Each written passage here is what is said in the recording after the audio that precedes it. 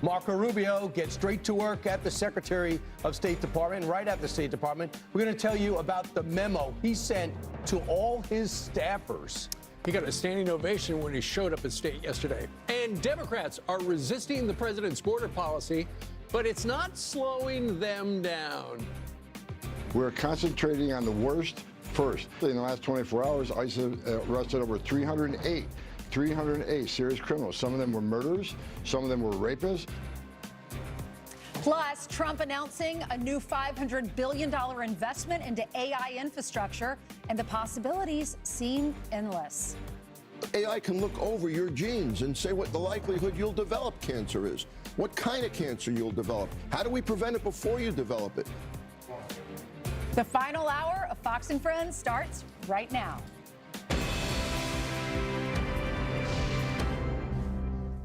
All right, President Trump already paving the way for the future of AI in America.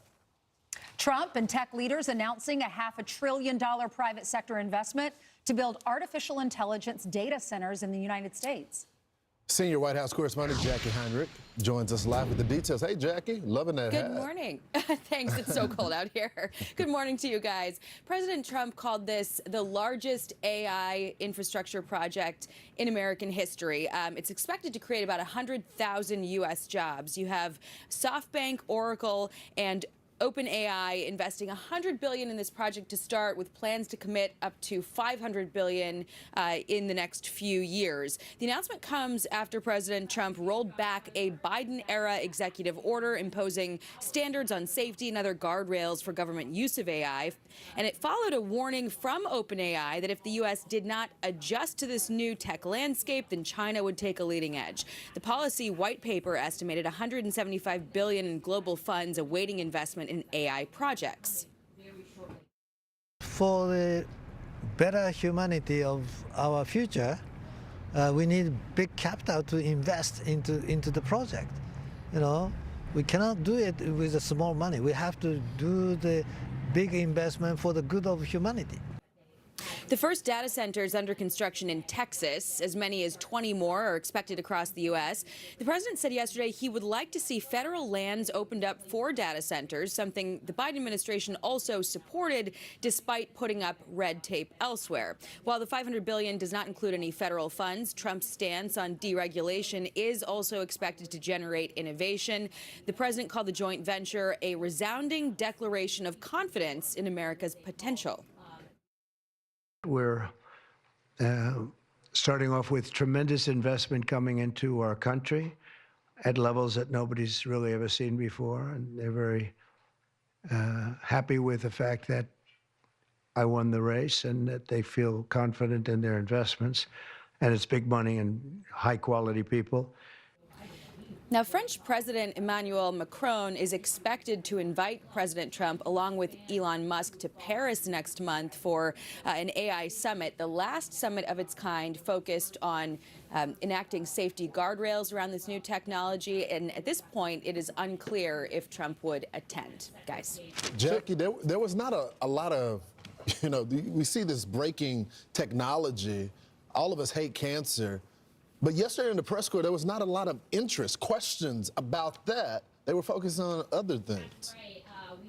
Well, you saw the president take just so many questions, and I think that that's part of the allure, at least in the early days here at the White House, because it's so markedly different than what we had under Biden. I mean, you could put any question to President Trump and expect an answer on it.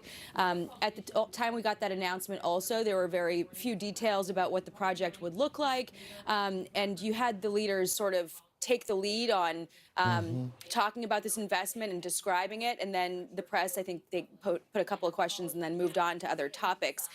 But the novelty of just being able to get those answers, you could go anywhere with the conversation, and so that's what's happening. Right. And Jackie, the data center that is being built in Texas right now, that started in the previous administration. But that's just $100 billion worth of stuff. It could be $500 billion.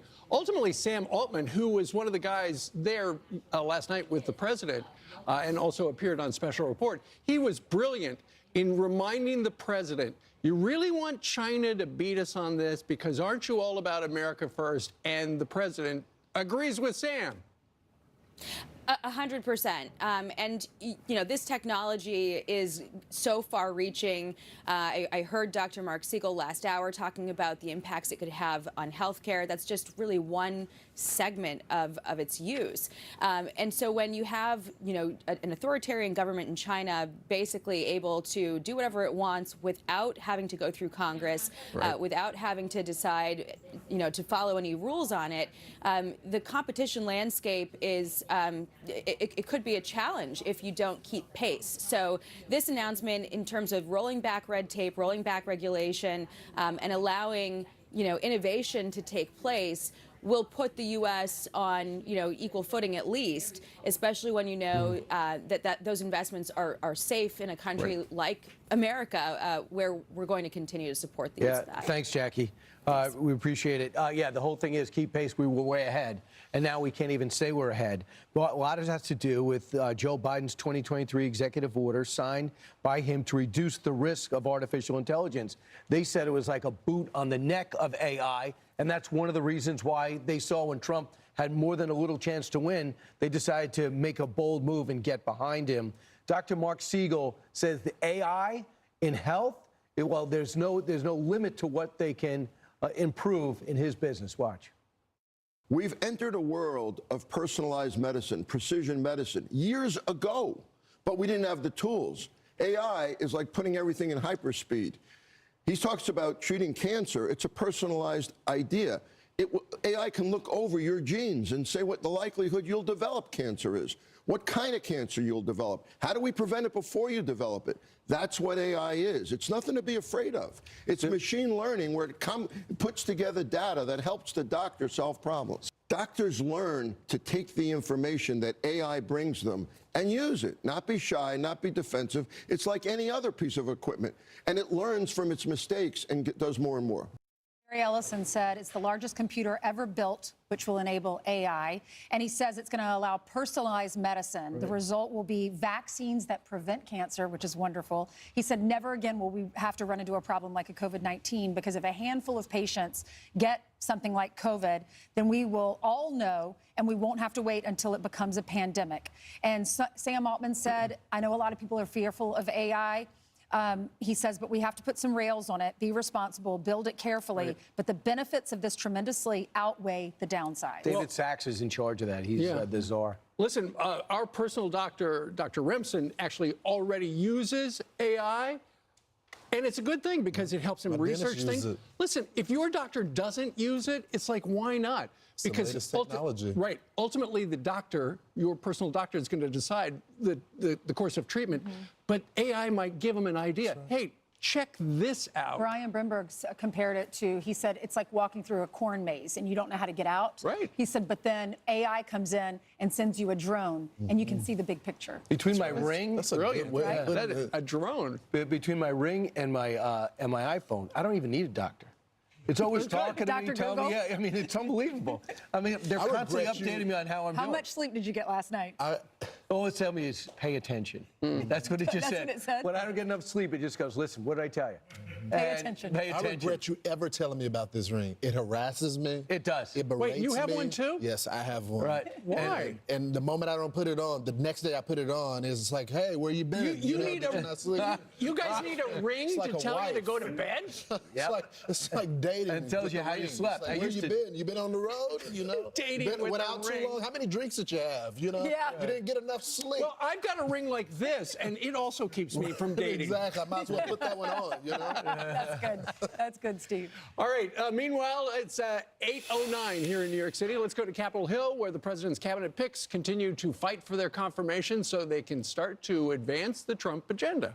Lucas Tomlinson joins us now with a status update on some of the top nominees. Hey, Lucas. Hey, good morning, Ainsley. Kristi Noem, John Ratcliffe, and Russell Vogt have cleared committee, and now they're waiting for a full vote in the Senate to confirm them. Some Republicans think this process is not moving fast enough. Do you think the Senate's moving fast enough? Never fast enough, but we got Rubio over the line. Hopefully we get some more. Oh, here's what's ridiculous. Under Obama, he got 7 done the first day. Now, President Trump's nominee to lead the Office of Management and Budget, Russell Vought, will return to Capitol Hill today for another confirmation hearing. Last week, he told senators he wants all federal employees to return to the office for in-person work. Republicans also want to vote on Trump's nominee to lead the Treasury Department, Sean Duffy, and the Senate Judiciary Committee plans to hold a confirmation hearing for Trump's pick to lead the FBI, Kash Patel, next Wednesday. That date coincides with the panel's scheduled vote for Pam Bondi, Trump's pick as Attorney General. Now, after signing a flurry of executive orders and a new memo issued by the Office of Personnel Management, all federal employees in DEI roles have to be placed on paid leave by 5 p.m. today as those offices and programs are ordered shut down. Now, speaking on the Senate floor, Majority Leader John Thune says the confirmation votes can take place this week or, if necessary, this weekend. Thune said this can be easy or hard. Perhaps the threat of working this weekend and missing those NFL games, including the Washington Commanders, can get those votes, guys. Lucas, about the game. Pete did pass the committee too, right? 13-12? Correct. So he's at a just committee. He's also waiting for a vote. The full Right, full exactly. vote. And Lucas, one other thing, Politico is reporting that Donald Trump met with Mr. Thune and Mr. Johnson, Speaker of the House, yesterday. And essentially they said, be ready to roll on recess appointments. If the Democrats try to slow things down, do it that way. That's kind of Trump's game plan right now, right? That's right, and the president was asked about this yesterday when we spoke to reporters at length yesterday.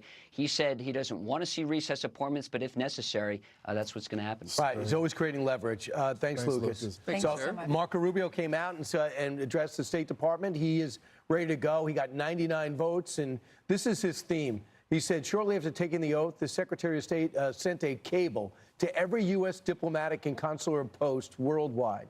The stark message from the new diplomat: sweeping changes are coming to a department that has mistakenly emphasized ideology over common sense and misread the world. You know, paying for transgender parades in El Salvador instead of like worrying about what's happening in Ukraine. And also misinformation. He said he's going to be on the lookout for enemy propaganda. He slammed the agencies and programs of our own government that engaged in censorship, suppression, and misinformation. Well, I love that he came out swinging and said, what we're going to be doing, what you think should be every Secretary of State should have this philosophy. He goes, we're going to be doing things first with the interests of America at heart. That doesn't mean that he doesn't believe in diplomacy. Anybody that knows Marco Rubio is probably the best messenger in the Republican Party. Loves working with people. This is part of the reason why he was able to get a unanimous decision from the Senate. He loves talking with people, trying to find common ground. But it has to be in the interest of America. And that's what you're going to get in him as the Secretary of State. It's interesting. When he entered the State Department yesterday, and the Department of State has actually put out on social media the hero's welcome he got, because a lot of the diplomats there at the Department of State are ready for, to enact the things that Donald Trump would like to see going forward, because there, been a lot of left turns over the last 4 years. But while Donald Trump is trying to do foreign policy and America first, at least 22 states have challenged Trump's EO regarding birthright citizenship. It is guaranteed in the Constitution, people will say, where if you are born, if your parents are from another country, but if you're born in the United States, you're a U.S. citizen.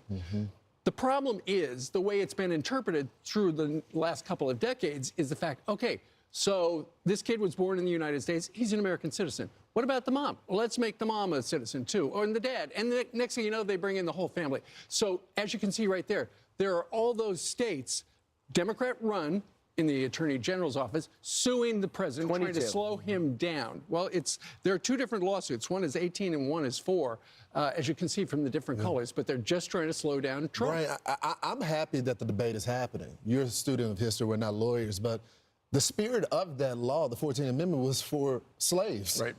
Are we trying to say the people that come here illegally and have children should be interpreted in that same way, that period of time? So I like the debate. I always tell people we shouldn't make it easy for people to come across the border. Even with slaves came across the border, right, and had their children. It took 3 constitutional amendments for them to get the rights of a citizen. So we're just going to allow people that refuse to fight for their country, could go back to their country and fight to make it better, come here this way? I would like to see the lawyers debate. Donald Trump on day one launches this wave of immigration-related executive orders. We saw him signing all of these. Many of them had to deal with immigration. And Tom Homan was on with us earlier, and he reveals the numbers of how it's already changing. Amazing.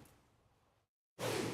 There's nothing in the immigration law that says you got to be convicted of a serious crime to be removed under the INA. So if you're in the country illegally, ICE can visit you. But right now, as we said repeatedly, and the President Trump's been clear, we're concentrating on the worst first, the public safety threats and national security threats. And just yesterday, in the last 24 hours, ICE arrested over 308 serious criminals. Some of them were murderers, some of them were rapists, some of them raped a child, some were sexual assault of a child. So ICE is doing their job, and they're prioritizing just as the president said they would. So the ICE is performing excellent right now out in the field, and they're going to continue every day. Although those Democrats are trying to slow things down. You know, one of the things that there's a story in Punchbowl today, and also in Politico, it talks a little bit about the other side, the opposition party. And there you can see right there, House Democrats privately squirm about their leadership and their message. You know, Donald Trump's hardline approach to immigration is very popular, and the Democrats know that they don't have a good message. And so they have been moving to the middle, essentially, as they look for a leader. That's one of the reasons the House Democrats decided not to vote against Laken-Riley Act, and they wound up with 48 Democratic votes. The Senate version is going to go back to the House today for a vote before it winds up on Donald Trump's desk. The Laken-Riley Act, if you don't know the specifics of it, it allows ICE to take custody of these migrants that have been accused of certain crimes. And you're right, they got a lot of support from the Democrats. 48 of them voted with the Republicans. But this article is interesting that talks about Democrats being desperate. Who's going to be their next leader? Who's running the show? They say, is it Obama? Is it Democratic governor? Is it Jeffries? Is it Harris? Or is it someone else? And they need a winning message. They can start with a moderate message, right? It shouldn't be that hard for them to moderate from their current position. But they have all these progressives. Yeah, their position currently on the border is let it be open.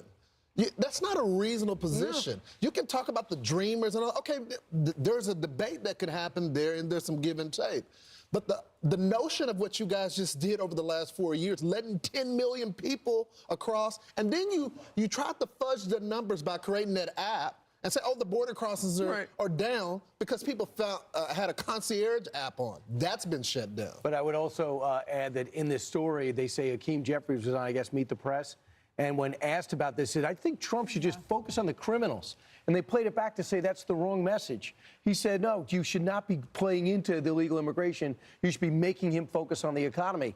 Good luck with that. If that's your message coach, I would fire the message coach. Well, and they say maybe AOC and the left wing have a better message, which is if you're here, you should stay and more should come. So some chiefs of staffs agreed with him, those Blue Dog Democrats, but then you have the progressive ones, and they said several chiefs of staff, particularly of the progressive wing of the caucus, expressed frustration that they have immigrants in their district terrified of Trump's initiatives and don't have any clear guidance to give them. So the guidance right now is because they don't have a message, they're going to challenge everything in court until they figure it out. Meanwhile, to a Fox News alert, 4 people hurt in a stabbing spree in Israel by a Moroccan national who had a United States green card. Trey Inks is live with all the details on this terror attack in Tel Aviv. Trey? Yeah, hey guys, good morning. Overnight, 4 Israelis were wounded during a terror attack in the heart of Tel Aviv. We know the attacker went to a wine bar, at which point he started stabbing civilians that were there. He was chased by bystanders and killed. Our team was just down the street when this attack began. There was just a stabbing attack in Tel Aviv, close to the center part of the city. You can see the assailant was shot. In the distance there are first responders trying to provide first aid. We are learning more about the man's identity. He is Kadi Abdel Aziz, a U.S. green card holder from Morocco. He came to Israel 3 days ago and was briefly detained for questioning at the airport in Tel Aviv. He was living in the United States before then. This is the second stabbing attack in the city in 3 days, and it comes amid a shaky ceasefire, along with news that Israel's chief of staff, Herzi Halevi, is resigning over failures that led to the October 7th attacks. He submitted his resignation yesterday, and it will go into effect on March 6th. Israel's defense minister, Israel Katz, thanked him for his service and said he'll look for a replacement in the days ahead. Now, today we know Israeli forces are still conducting that operation we discussed yesterday in the West Bank city of Jenin. There's real concern that this could affect the ceasefire agreement because they are targeting Hamas cells there. Guys? Wow. So Trey, how is it reverberating throughout Israel, throughout Tel Aviv, with the resignation of this general? Because a lot of people think when the war stops, that's when the investigations begin.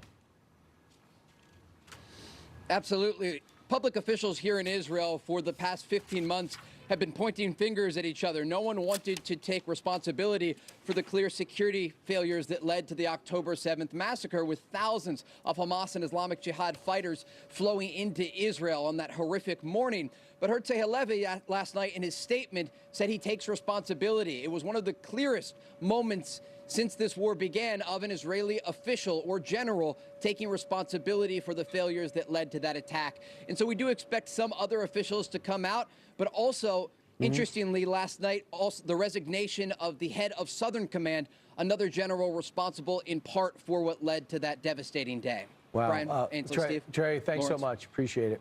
Thank you, sir. Thank you, Trey. All right, let's hand it over to Carly with some more headlines. Hi, Carly. Hi, good morning to you guys. You're going to want to see this. This just in. Former American hostage Ryan Corbett reuniting with his wife and 3 children after being held in Afghanistan since August 2022. Just look at that.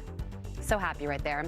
Ryan was one of 2 American prisoners traded for a Taliban member who was serving life in prison in the United States. The deal for Ryan and the other hostage was struck during the final hours of the Biden administration after 2 years of negotiations. He is back home on American soil.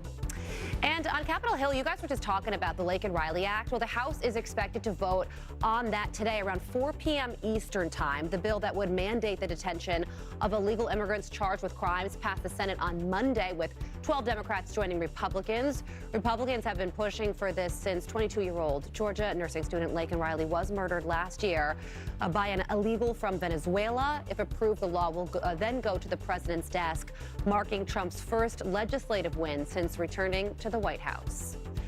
And President Trump revealing the message former President Joe Biden left him in a letter tucked away in the Resolute desk. He wrote me a nice letter. I mean, I did open it last night. But I mean, I could show it because I think it was a nice letter. Maybe I will. I think just basically it was a little bit of an inspirational type letter, you know. Enjoy it, do a good job. Important, very important, how important the job is. But I think it was a nice letter. I think I should let people see it because it was a positive for him in writing it. I appreciated the letter. Well, how about that? Biden did not reveal details of the letter Trump left him in 2021 when he took office, but said the note written by Trump was, quote, generous. Those are your headlines, guys. Politics is an interesting thing, right? You can attack the you-know-what out of each other and then write a letter and have tea. Right. We just Good luck. It's a little different this time around because he ended up not being the nominee. So they didn't run against each other in the very end. Right. So they Dear like Donald, each other. Dear Donald, I didn't want to have to leave today, but I'm gone. So if you need anything, I'll be at this number. I say good on the president, though. He goes, Yeah. you know, I probably shouldn't release it, but I probably should release For it because it was such a transparency. nice letter. He goes, and it makes him look good as well. Right. President Obama left a good letter for Trump, too. I like that they do that. Good. All right, it's closing time. The president tells all federal DEI offices to start shutting down and put employees on paid leave by 5 p.m. today. The head of one of the agencies is laying out his plan. Next. Back with the Fox News Alert now. This is a live look at snow-covered Georgia. Right now, 69,000 homes and businesses across the South are without power after a deadly once-in-a-lifetime winter storm brought heavy snow and sleet. Some areas getting a record 5 to 12 inches of snowfall, and the region is still under extreme cold and freezing warnings. Although the worst of the storm is over, it is still causing major disruptions at airports with over 1,300 flight cancellations and hundreds of delays. Let's check in with senior meteorologist Janice Dean for her update. That's what I'm worried about, is the cold air. We had fun yesterday seeing a once-in-a-lifetime snow event across the Gulf Coast, but now the cold air remains in place. The roads are icy, snow-covered. People can't travel. We have power outages. This is going to be a trying situation. So the temperature in wind chill right now feels like 7 in Shreveport, feels like 16 in Houston, feels like 16 in New Orleans. It's just frigid. Now, the storm is almost offshore. We do have the potential for a little bit of snow along the coast. Here is the snowfall totals, 8 to 12 south of New Orleans, a lot of widespread 5 to 8 inches from Louisiana to the Florida Panhandle up towards Georgia, smashing all-time records in Louisiana, close to a foot of snow as mentioned.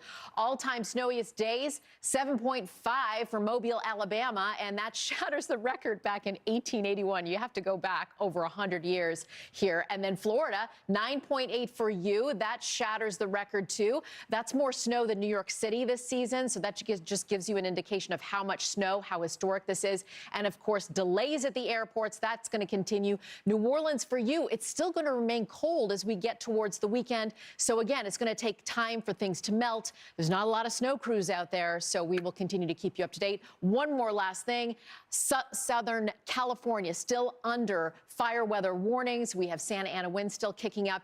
The good news is we'll take a turn as we go through the weekend and maybe rain in the forecast for Southern California. Our fingers are crossed. Lawrence, over to you. We're praying for that rain. Thanks, Janice. You got it. So President Trump directing all department and agencies to close their DEI offices and put staff on leave by 5 p.m. today. It's just the latest effort to eliminate DEI from the federal government, with Trump's most recent executive orders ending affirmative action and contracting and grant programs. Chairman of the Federal Communications Commission, Brendan Carr, is already taking action, and he joins us now. Commissioner, thanks so much for getting up this morning. Yeah, good to be with you. Thanks. So, Commissioner, look, I know you're not responsible for every government agency, but maybe you can explain how deeply embedded DEI is in these agencies. We looked at your agency. DEI is in the strategic plan, the budget, the advisory group, the equity and action plan, the task force, the economic report. I mean, why is it everywhere? Yeah, look, it's wild, but it's been a really great 48 hours here in Washington. You know, most officials come to this city and they hope to turn the ship of government maybe 1 degree here, 2 degrees there. President Trump has come in and he's fundamentally shattered that mindset. He's grabbed the wheel through these hundreds of executive actions. He's turned the ship around and he's setting us out on a course for a great American revival. And here in D.C., it's sort of been a tale of 2 reactions. For the swamp, it's been a rough 48 hours. I think they describe it more as shock and awe. But for the patriotic Americans, they feel like this sense of decline, the sense of malaise that's taken over the country over the last 4 years is ending. And the way President Trump is doing it is going right to the source of that decline, and he's getting rid of it root and branch, and DEI is part of it. To your point, people would be shocked if they learned how much DEI had been embedded in agencies. At the FCC alone, we were spending millions and millions of dollars promoting it. Thanks to President Trump's leadership, that's ending, and we're getting things turned around, focusing on our core mission of actually just connecting Americans. So, Commissioner, riddle me this. So you got these career officials, you got a new commander-in-chief that has said it has to go through executive order, but they want to resist. There are some that are there that want to do that. What's the recipe for them? Do they get to stay, or do they have legal protections? Look, anybody that is not on board with the agenda that we're going to be running, I have just one thing to say to them, which is afuera. You know, we got to move on. This is President Trump's administration. The administration is going to follow his lead. And for my part at the FCC, we want to make sure that we get to the core mission. So that's, you know, reining in big tech. It's going to be taking a look at media and making sure they live up to their public interest obligation. It's getting our economy going through new actions on space so we can get going there. And it's promoting national security. That's the agenda that I'm going to be running at the FCC. And thankfully, we have a lot of actually really talented, dedicated career staff there. And I'm confident that we're going to execute on that agenda. Yeah, that's what I want. I want talent. If you happen to look like me in the process, okay, good job. But I just want people that can do the job. Thank you, sir. Good to be with you. So classroom cell phones ban sweeping the nation. how one high school is doing it next. All right, we are seeing more cell phone bans in schools across the country and getting a firsthand look at how one New Jersey high school is keeping students focused on their work and not on whatever is popping up on their smartphones. CB Cotton joins us right now from Ramsey High School in Bergen County, not far from where I live, where it's snowy and kids aren't looking at their phones, are they, CB? Hi, Steve. Well, that's right. Students here are locking up their phones, texting a lot less, and talking a lot more to each other here at the hallways of Ramsey High School. So when high schoolers arrived this morning, they used these magnetically sealed pouches to lock up their cell phones for the school day. Out of sight, out of mind, to help create a distraction-free learning environment. When students leave for lunch or dismissal, they will unlock the pouch using a magnet to get back their smartphones. New Jersey Governor Phil Murphy recently called for a statewide K-12 ban on cell phones, putting Ramsey High School a step ahead. The locked phone pouches were rolled out just a few weeks ago, but there's already positive signs. You're forced to not be on your phone, so there's nothing else to do besides your work. I do see more focus during the lesson, and they're asking, I feel like they're following the whole lesson, and there's not that interruption, and they are asking good questions, taking notes. So according to an analysis by Education Week, at least 19 states now have some sort of ban, restriction, or recommendation for student cell phone use. New York Governor Kathy Hochul just announced a plan to keep cell phones out of the classroom. The ban would go into effect next year if approved by state lawmakers. Ainsley. All right. Thank you so much. Great to see you. All right, President Trump's inaugural prayer service is getting a lot of attention after the Episcopal Bishop of Washington made these comments. Let me make one final plea, Mr. President. Millions have put their trust in you. In the name of our God, I ask you to have mercy upon the people in our country. There are gay, lesbian, and transgender children in Democratic, Republican, and independent families, some who fear for their lives. Will Cain, host of the brand new Will Cain Show, you did a great job yesterday, joins us now. And Donald Trump, Will, on Truth Social, said she brought her church into the world of politics in a very ungracious way. She and her church owe the public an apology. What is your reaction to this story? I totally agree, and I'd actually even go further than Donald Trump, Ainsley. And I don't know about you, but here's what bothered me about what was done by that bishop. First of all, she used a house of worship as a place to project her own politics. Second, it wasn't honest. She wasn't seeking to have a conversation out of real earnestness or concern with the future leader of the free world. She was sermonizing to him, not looking to share her ideas with him and her own concerns. But I think most offensive, Ainsley, is that her concerns were so cliched and wrong. It's like it was written by Alexandria Ocasio-Cortez. I mean, it wasn't sincere in that no one believes that LGBTQ kids should be fearing for their lives today. There's no grounding for that. You know, to go on from that to talking about the human dignity of illegal immigrants, which is not something disputed by Donald Trump, simply their right to remain in America, shows a real dishonesty, and from the pulpit, from that bishop. Yeah, I mean, I agree with you. Don't bring politics to the pulpit. If she wanted to talk to him about that issue because she's concerned of people in her congregation, maybe pull him aside separately and talk to him and have a fair conversation. Okay, what is coming up on your show tonight at 4 o'clock, or this afternoon at 4 o'clock? Yeah, it's in that little range. Is it night or is it afternoon, Ainsley? I think we are Early the transition. evening. We are Yes. the transition After the kids come home. from daytime into prime time, from news into opinion, from what you've seen on Fox News to something where we might be pushing the limits on Fox News, like the so controversial Will Cain Show microphone that's already a part of the show. Well, I'll tell you this, Ainsley, at 5 o'clock today, there is the deadline, which I know you guys have reported on here on Fox and Friends, that all DEI employees within the federal government, every branch, every department, have to have paid leave starting at 5 p.m. So we'll be the countdown to that. I think we're going to lead with that. We'll probably have an opened, perhaps, I don't know that it will be a debate. I'm actually interested to see where he will be, but I think my old friend from ESPN, Stephen A. Smith, will join me to debate that issue today, the end of DEI. I love him. He's so great. We'll be watching. What a great get. All right, more Fox. Thank you, Will. Thank more you so Fox much. and Friends, and congratulations. More Fox and Friends coming up. We are back with some headlines. The Border Patrol agent shot and killed in northern Vermont on Monday has been identified. Officials say David Chris Mayland was gunned down during a traffic stop not far from the U.S.-Canadian border. The FBI saying one suspect, identified as a German national in the U.S. on a current visa, was shot and killed at the scene. The other suspect, whose identity has not yet been revealed, was hurt and is now being treated at a hospital.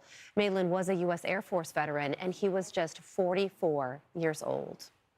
On Friday, President Trump will travel to both North Carolina and California for the first trips of his second term. He will visit Western North Carolina to survey the recovery efforts from Hurricane Helene. And he's also traveling to California to view the damage caused by the Los Angeles wildfires. The president will also travel to Nevada after visiting L.A. And one of the internet's most popular personalities, Mr. Beast, has joined a new bid to buy TikTok. The YouTube sensation is joining a group led by tech entrepreneur Jesse Tinsley to possibly purchase the social media app. Meanwhile, President Trump says he's open to either Elon Musk or Oracle CEO Larry Ellison making the purchase. Are you open to Elon buying TikTok? I would be if he wanted to buy it, yeah. So the deal I'm thinking about, Larry, let's negotiate in front of the media. The deal, I think, is this, and I've met with owners of TikTok, the big owners. It's worthless. The new deadline for the app to be sold is in April. And House Democrats naming their members to serve on the DOGE subcommittee on oversight as the Elon Musk-led department gets ready to start cutting waste. President Trump making the Department of Government Efficiency an official unit within the office of the president, allowing DOGE teams to be embedded within federal agencies for 130 days or less. The New York Times reports these teams will be made up of at least 4 employees who will coordinate with the newly established U.S. DOGE service in an effort to dismantle government bureaucracy. And those are your headlines. Steve, over to you. All right. Thank you very much, Carly. Very welcome. All right. Meanwhile, I paused because I was wondering, is Dana Perino back in the studio? Is she there? Dana, are you there? Yes, I was here yesterday too, but thanks for watching. You bet. All right. Thank you. Good to see you. Great show this morning, as always, on Fox and Friends. Good morning. The president is on an executive order tear, and we're going to break down some of them, including key DEI initiatives and new policies at the border. And the latest on Israel-Hamas ceasefire as the Trump team gets to work on what's next and the best way forward. Special envoy to the Middle East, Steve Witkoff, will be our guest. We're excited to have him here. Plus, all eyes are on the tech CEOs attending Trump's inauguration. What does this signal for the industry and the rest of us? Walter Isaacson wrote the book on Elon Musk, and he will weigh in. Plus, a major snowstorm blanketing the South. We will bring you the latest when we see you at 9.